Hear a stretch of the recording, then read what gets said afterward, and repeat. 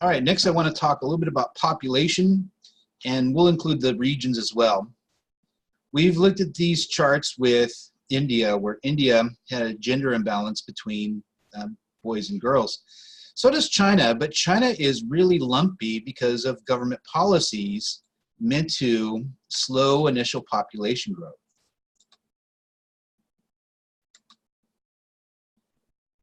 We'll see if we have a moving GIF over here. I hope this works with the video of the changes in the Chinese population over time. So initially, I'm going to let this reset.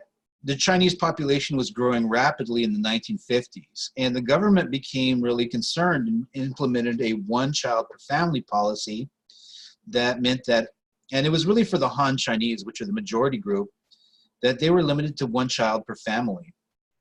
And that one child per family implemented in the 1970s, here you see that really bump down in the population. So it made the population pyramid quite lumpy. They're now raising that to 2 children per family, and the truth be told, that because of their rapid economic growth, they're going to be facing similar problems to Europe of low childbirth. So they're expected to scrap this policy altogether sometime in the future. China also has a gender imbalance similar to India, and future growth problems similar to Europe because of low birth rates and greater industrialization.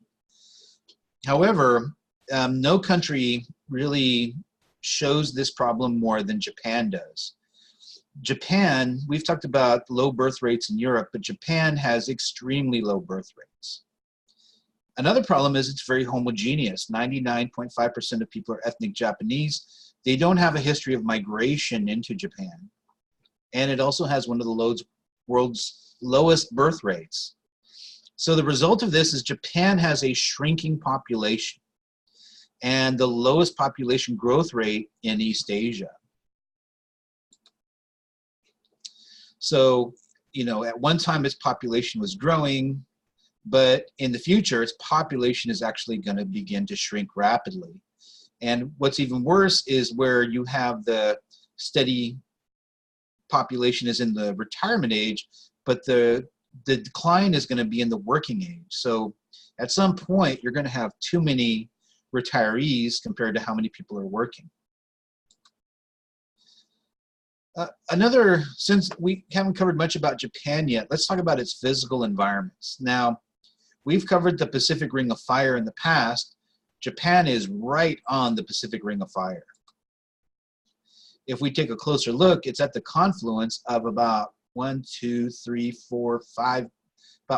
tectonic plates that come together in the area of Japan. So it is very active with mountain building activity and volcanoes and that sort of thing. Earthquakes are a danger as well. So Japan is on the Pacific Ring of Fire, subject to volcanoes, earthquakes, and a related event called tsunamis. These are tidal waves caused by earthquakes, and they can be very dangerous. So while Japan does a good job of building buildings that can survive earthquakes, it is harder to defend against tidal waves or tsunamis. So Japan, its physical environment is very mountainous, and there's not much flat land. So these flatter areas, such as around Tokyo Bay, are super intensely used. So this land, this flat area around Tokyo Bay, is the largest urban area in the world. It is just densely packed with people.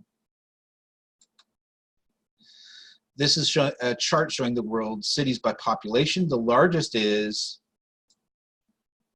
the Tokyo area, and it's up above 35 million people. The next one is in Jakarta in Southeast Asia, Delhi in South Asia and India, Seoul in South Korea, Manila in Southeast Asia, Shanghai, head of the dragon in China, Karachi in Pakistan. Now, one thing I want you to know, these are all Asian cities until you get to New York, and then Mexico and Sao Paulo. So great amount of urban growth in East Asia and just Asia overall.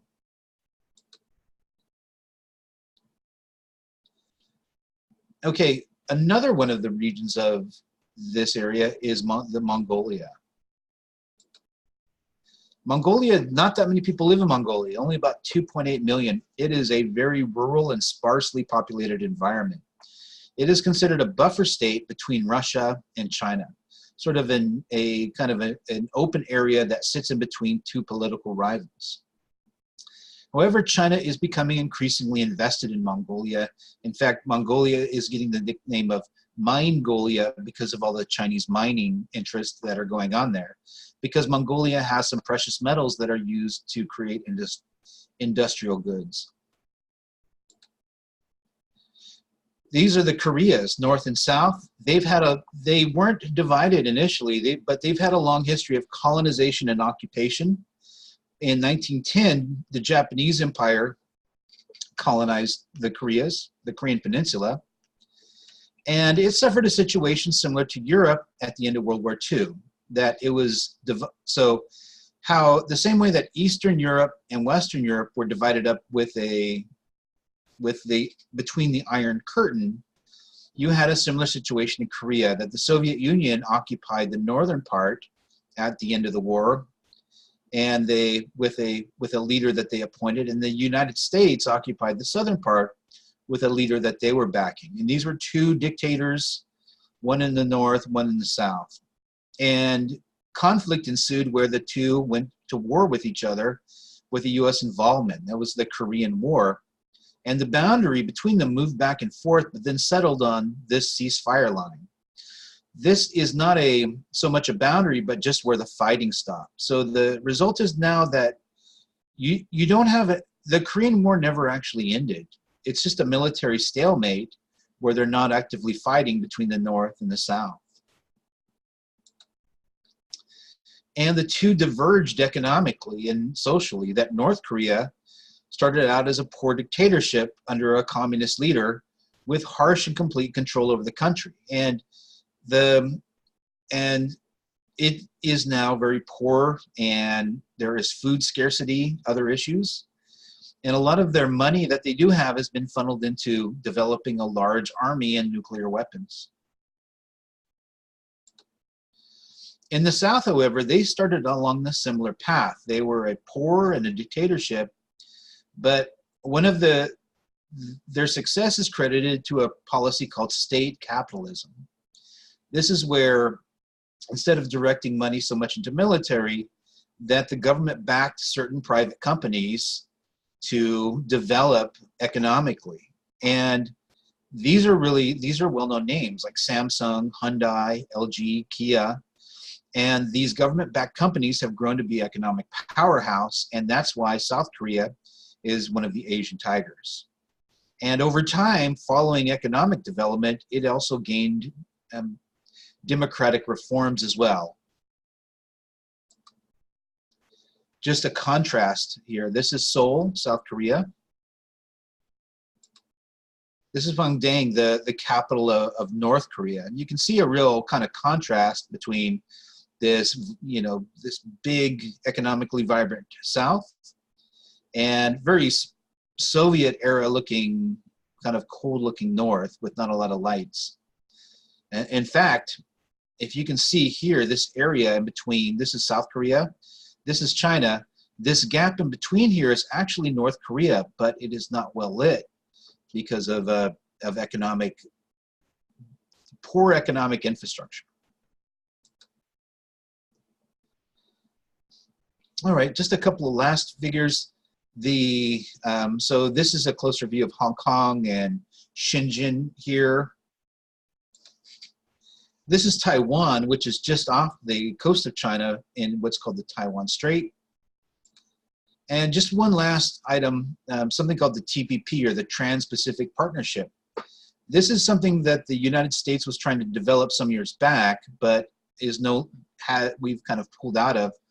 But it was an economic agreement similar to NAFTA that we were trying to craft between other countries like Mexico, Australia, Japan, Vietnam.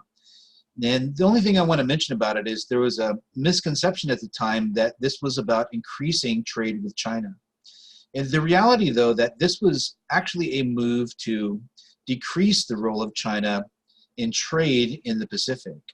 But since we've backed out of that, China has sort of filled in that gap and is increasingly becoming, through its Belt and Road Initiative and other projects, becoming a more influential trading partner, especially in places like Southeast Asia.